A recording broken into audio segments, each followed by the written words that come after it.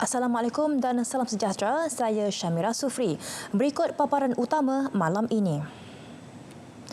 786 pendatang asing tanpa izin yang dirawat di negara ini telah sembuh dari COVID-19. Pendaftaran perniagaan baharu lebih tinggi 95% berbanding penamatan perniagaan.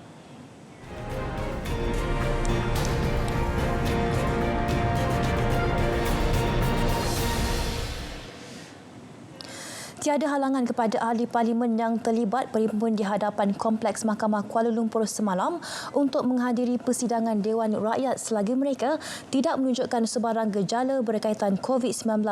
Yang di-Pertua Dewan Rakyat, Datuk Azhar Azan Harun menjelaskan perkara itu susulan pertanyaan ahli parlimen Jelutong RSN Raya. So, adakah perlu mereka dikuarantinkan? Yang Berhormat Baling, Yang Berhormat Pontian, Tanjung Karang? Saya dapat poin tu. Boleh saya jawab? Dan bila saya bangkitkan perkara ini, Timbalan Speaker hanya gelak ketawa. Dia kata there's nothing in the standing orders which imposes the SOP. So, Tuan Speaker, I'm sure you'll be able, as a learned person, well respected by all of us. Cakap Melayu lah. Bolehkah memberi satu penjelasan atas perkara ini? Alright. Raya membangkitkan persoalan itu dan mendakwa terdapat beberapa ahli parlimen yang hadir di perkarangan mahkamah semalam tidak memakai pelitup muka. Kita pun tidak tahu sama ada orang ramai yang berkumpul semalam tu semuanya ada COVID. Jadi kita pun tidak tahu kalau ada orang yang ber-COVID di situ, mereka sudah menjangkiti ahli-ahli yang berhormat yang hadir bersama-sama mereka pada semalam tu. Jadi kita tidak ada kuasa untuk menghalang pergerakan yang berhormat di luar Dewan dan sebagainya. Saya rasa selagi tidak dibuktikan bahawa mereka mempunyai gejala COVID, maka kita tidak boleh menghalang mereka daripada masuk ke Dewan ni. Tapi saya selalu menekankan bahawa pada setiap masa ahli-ahli yang berhormat saya minta dan saya nasihatkan agar mematuhi SOP COVID-19 terima kasih, Tuan Speaker. Terima kasih. Sementara itu, Ahli Parlimen Lumut Datuk Dr. Muhammad Hatta Mat Ramli pula bertanya sama ada Ahli Parlimen terbabit perlu menjalani ujian calitan COVID-19. Jelas Datuk Azizan, segala keperluan dan urusan berkaitan pemeriksaan atau membuat ujian saringan COVID-19 membabitkan Ahli Parlimen terlibat diserahkan kepada pihak Kementerian Kesihatan. Semalam, beberapa ahli parlimen menghadiri perhimpunan di Kompleks Mahkamah Kuala Lumpur untuk memberi sokongan dan mengikuti keputusan pembicaraan bekas Perdana Menteri Datuk Seri Najib Tun Razak. Sementara itu, kerajaan digesa bekerjasama dengan negara luar bagi membawa pulang ahli perniagaan dalam beruan Low Tech Jo atau JOLO yang didakwa terlibat dalam kes penyelewengan dana One Malaysia Development Berhad 1MDB. Bekas Perdana Menteri dah kena. Yang belum kena lagi ni JOLO. Sampai hari ini inilah Tok Dalang nombor wahid yang belum lagi kerajaan tangkap ataupun bekerjasama dengan mana-mana badan dunia yang telah mengkhianati negara ini dengan merompak hasil kekayaan negara dan juga rakyat. Gesaan itu turut disokong Ahli Parlimen Pontian Ahmad Maslan dan beliau berharap agar semua individu yang terlibat dan melarikan diri ke luar negara dibawa pulang dan dihadapkan ke muka pengadilan. Dia bukan JOLO je yang Tuah Jaya, ada beberapa orang lagi yang lari. Pelbagai bangsa lari akibat daripada menipu tu dan lari. Orang Melayu pun ada, Nik Faisal, Arif Kamil misalnya. Dan ada beberapa orang lagi lah nama-nama yang lari, bukan hanya JOLO. Jadi semua tu patut kena bawa balik ke Malaysia, tangkap dan pastikan mereka menyatakan apa yang benar. Ahli Parlimen Pantai turut menggesa kerajaan agar menggunakan jalinan kerjasama Malaysia-China bagi menahan JOLO dan dibawa ke Malaysia untuk dihadapkan ke mahkamah.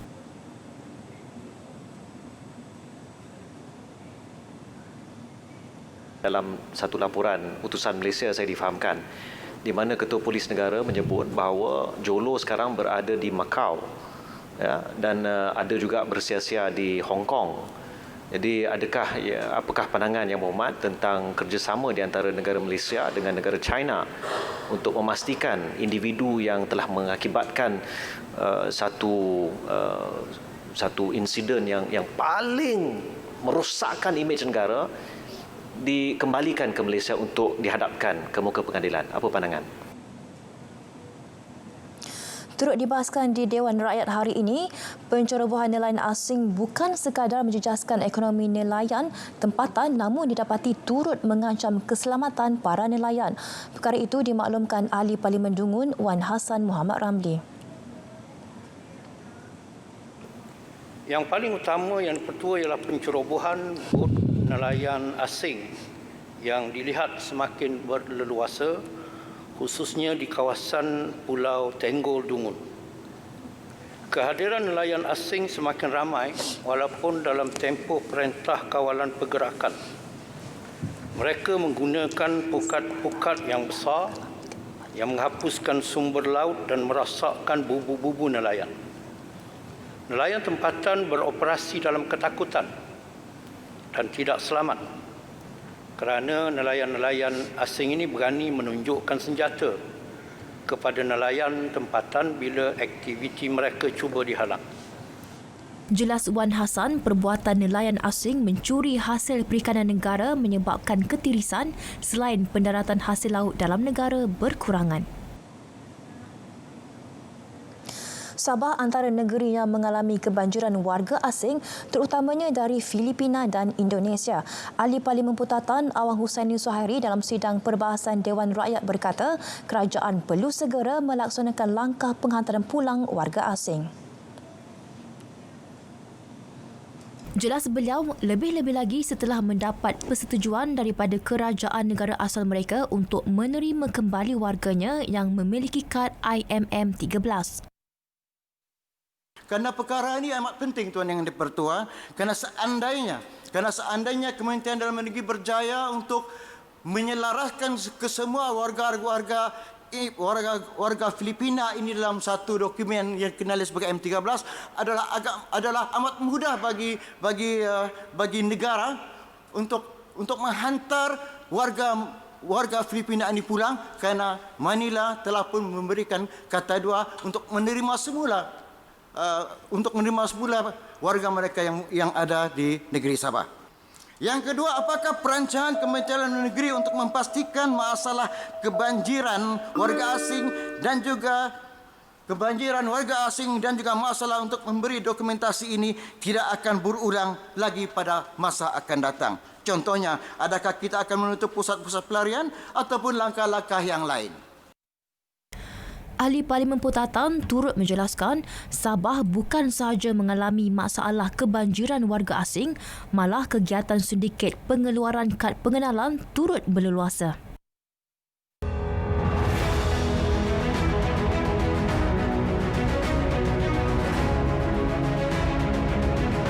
Kepercayaan kepada Tuhan, kesetiaan kepada raja dan negara, keluhuran perlembagaan, kedaulatan undang-undang, kesopanan dan kesusilaan.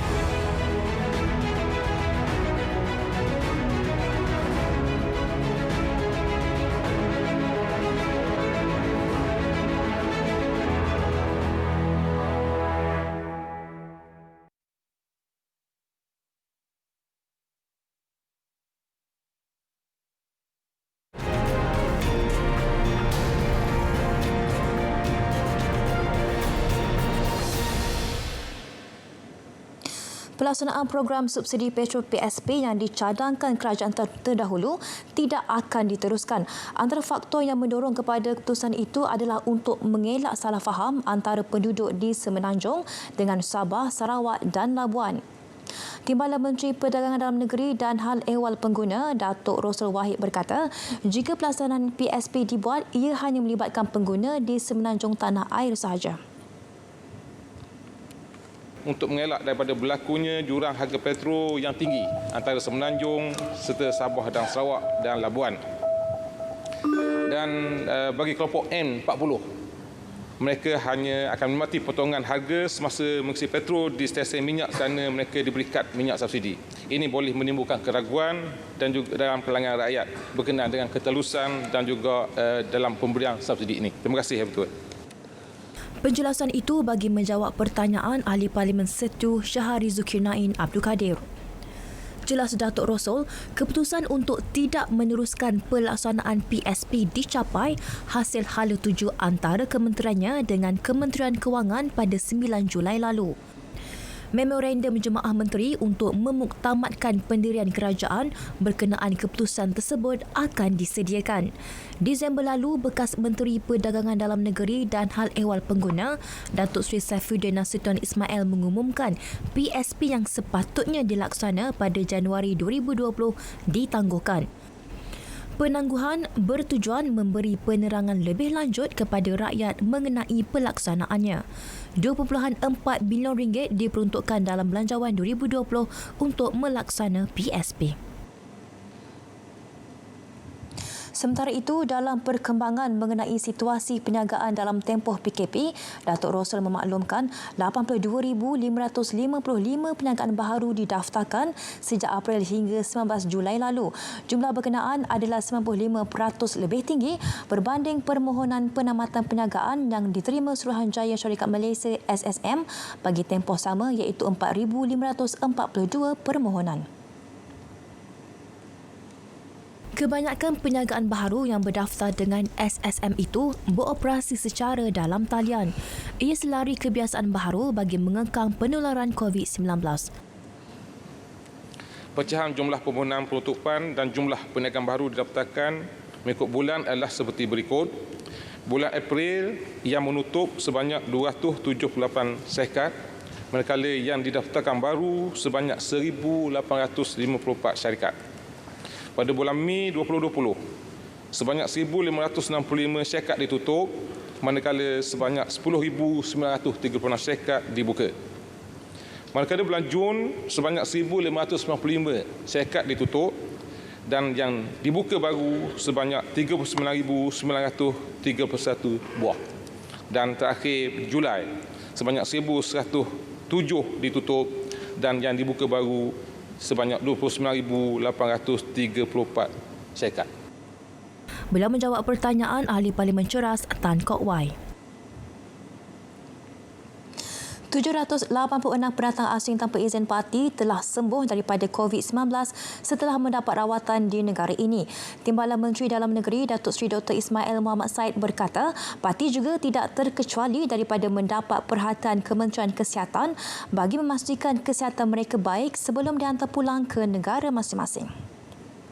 Sebab itulah operasi kita di Malayan Mansion dan juga di Selangor Mansion, kita telah membuat tangkapan dan kita sedang berusaha dengan negara-negara jiran iaitu negara sumber untuk kita menghantar pulang parti ini, dan kita alhamdulillah telah mendapat kerjasama yang cukup baik daripada negara-negara sumber. Beliau menjawab pertanyaan Wakil Kapar Datuk Abdullah Sani Abdul Hamid. Dalam pada itu, Datuk Seri Dr. Ismail memaklumkan sehingga kini terdapat 1.5 juta permit lawatan kerja sementara PLKS dan daripada jumlah itu sebanyak 2,766 tangkapan telah dibuat. Bagaimanapun, memandangkan negara dilanda COVID-19 dan majikan memerlukan pekerja, Kementerian Dalam Negeri memberi kad khas selama 30 hari bagi membolehkan pekerja asing melanjutkan tempoh setahun PLKS mereka dan ia tertakluk kepada saringan kesihatan.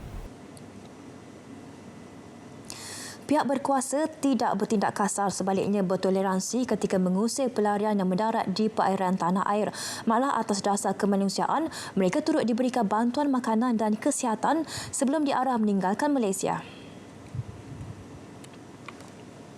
Pihak IPMM bersama dengan tentera, mereka ini tidak mengusir secara keras, tetapi mereka ini telah diberikan bantuan makanan, telah diberikan bantuan kesihatan sebelum mereka ini diminta keluar daripada perairan Malaysia.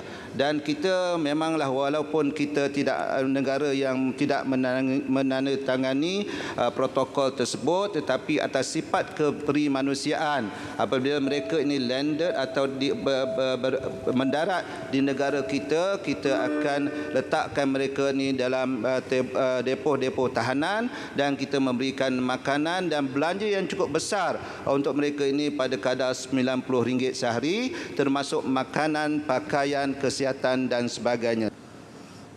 Beliau menjawab pertanyaan Wakil Jelutong RSN Raya. Dalam pada itu, Datuk Seri Dr. Ismail memaklumkan sehingga Jun lalu, seramai 1,622 individu ditahan atas kesalahan penyeludupan migran dan khazanah negara.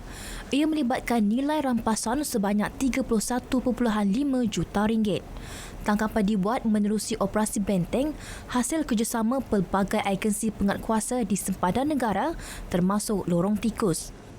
Menerusinya, 546 lorong tikus untuk kegiatan penyeludupan migran dan khazanah negara dikenal pasti di seluruh negara. Lokasi lorong tikus sentiasa berubah hingga menyukarkan pihak berkuasa mengesan kedudukannya. Kalau di sempadan Sabah Sarawak dengan Kalimantan lagi hebat, sukar kerana dia antara sempadan ini adalah ladang-ladang kelapa sawit yang tidak ada sempadan di antara dua negara jiran yang bersahabat ini. Sebab itulah kita mempunyai pelan strategi di antara agensi-agensi penguatkuasaan kita di dalam negara kita, termasuk agensi di bawah KDN sendiri, Kementerian Dalam Negeri, bersama dengan yang kita libatkan bersama dengan PGA, bersama dengan PDRM, bersama dengan EXIM, bersama dengan APMM dan bersama dengan tentera. Bersama dengan tentera ini kita telah melakukan operasi Ops Benten. Beliau menjawab pertanyaan Ahli Parlimen Bacok Nik Muhammad Abduh Nik Abdul Aziz. Kementerian Sumber Manusia bercadang menambah peruntukan baharu bagi memperkemaskan pelaksanaan waktu kerja lebih fleksibel dalam membantu pekerja mendapat bayaran gaji yang setimpal. Timbalan Menterinya Awang Hashim berkata peruntukan berkenaan akan memperincikan permintaan bertulis ke pekerja kepada majikan untuk mengubah terma dan syarat berkaitan fleksibiliti pekerja berkenaan. Ini termasuklah jam kerja atau hari kerja dan tempat pekerjaan yang mengikut syarat-syarat tertentu yang dipersetujui oleh kedua-dua pihak, iaitu majikan dan pekerja. Ini secara tidak langsung dapat mengurangkan kos perbelanjaan seseorang pekerja dalam menjalankan tugasnya. Beliau menjawab pertanyaan Wakil Lubuk Antu juga anak muyang alias tambat. Ini berikutan hasil kajian menunjukkan tenaga kerja di Malaysia tidak menerima bayaran gaji setimpal untuk kerja yang dilakukan. Dalam pada itu, Awang turut menjelaskan KSM sedang menambah baik standard minimum pekerjaan di bawah Akta Kerja 1955 selaras dengan standard perburuhan di peringkat antarabangsa. Antara cadangan pindaan adalah pengenalan cuti paterniti, peningkatan tempoh cuti bersalin dan penambahbaikan perlindungan bagi menangani gangguan seksual di tempat kerja. 1,300 unit rumah projek perumahan rakyat miskin Tegar PPRT bakal dibina tahun ini. Pada masa yang sama, 10,000 rumah sedia ada akan dibaiki.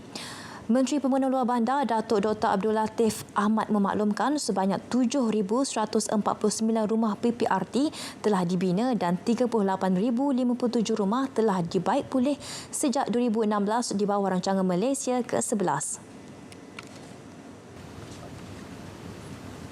Bantuan rumah rakyat yang dilaksanakan di bawah Kementerian Pembangunan Luar Bandar yang dikenali sebagai Program Perumahan Rakyat Termiskin PPRT yang biasa ahli-ahli yang berhormat tahu dilaksanakan bagi memastikan golongan miskin dan miskin Tegar di luar bandar mempunyai tempat kediaman yang selamat dan selesa. Kita ada dua jenis, satu bina baru dan satu lagi baik pulih. Penjelasan itu bagi menjawab pertanyaan dibangkitkan Wakil Jerantut Datuk Ahmad Nazlan Idris. Datuk Dr. Latif menjelaskan spesifikasi pembinaan rumah baru adalah sama, iaitu rumah batu 3 bilik berukuran 660 kaki persegi dan rumah panjang berukuran 713 kaki persegi. Beliau berkata, oleh kerana pihaknya tidak dapat menarik perhatian vendor G1 dan G2, sehubungan itu beliau akan mencuba teknologi sistem binaan industri IBS. Beberapa syarikat IBS telah dipanggil bagi memastikan kualiti dan bantuan rumah PPRT sampai ke sasaran secara berkesan. Kementerian Alam Sekitar dan Air sedang merangka peraturan-peraturan baharu berkaitan parameter bahan cemar terhadap aktiviti-aktiviti yang tidak tertakluk kepada laporan penilaian kesan alam sekitar EIA.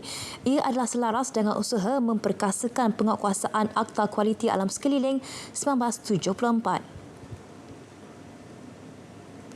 Jelas Timbalan Menterinya Datuk Ahmad Masrizal Muhammad, perangkaan peraturan baharu tersebut juga boleh meluaskan skop penguatkuasaan terhadap pihak terlibat dalam pencemaran.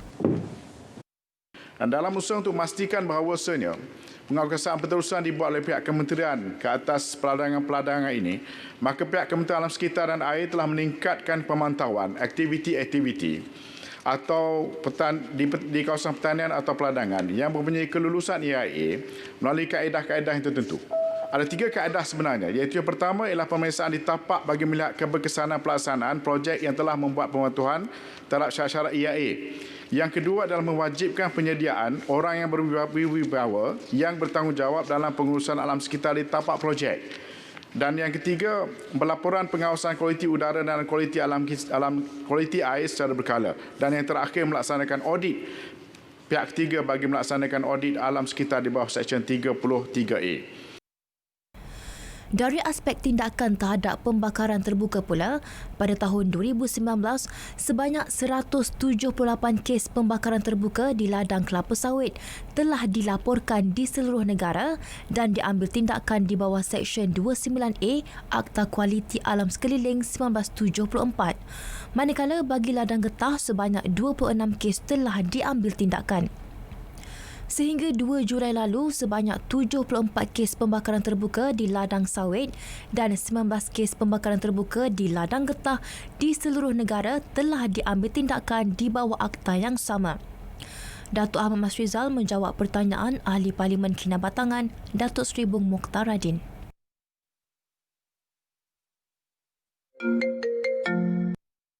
Hello? Ya, Mak? Iya, saya baliklah ni. Cuti dah lulus dah ni. Cik Zahra. Bukan main banyak lagi guna apa ni, cecair pembasmi kuman ni. Lebih baik tuang dalam air, mandi je satu badan. Ya, Bapak tu ni ada-ada je. Abang tahu tak, benda ni penting tau di kala COVID-19 ni. Zahra, tak payahlah. Tengok ni, tak pakai apa-apa. Elok je. Boy Mal, walaupun kes tu ada kala tu nampaklah trend menurun, tapi SOP kita tetap kena jaga, Mal. Iyalah tu. Hai, Mat. Happy semacam je. Cuti lulus lah tu. Mestilah lulus. Aku nak balik kampung. Mak aku baru telefon tadi tau. Mac, dalam seronok-seronok nak balik kampung tu, SOP tu jangan lupa tau.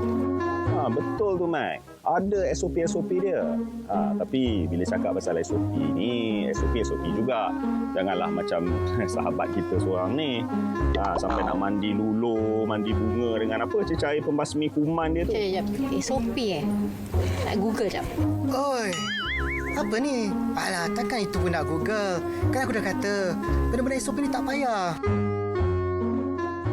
Grafik SOP balik kampung tu awak dah siapkan? Awak main game, Kamal? Awak kena siapkan petang ni juga. Ni bos, kami semua tadi duk berborak pasal SOP balik kampung. Tapi bos, Kamal bos. Dia katakan tak payah nak jaga SOP sangat. Kamal, peraturan kerajaan ni, SOP semua ni kita kena ikut. Macam penjarakan sosial, pakai penutup separuh muka, guna cecair pembasmi kuman. Kita kena beritahu pada orang ramai. Faham ke tidak? Ni make up tebal-tebal ni mana konsep? Gantung SOP tu kali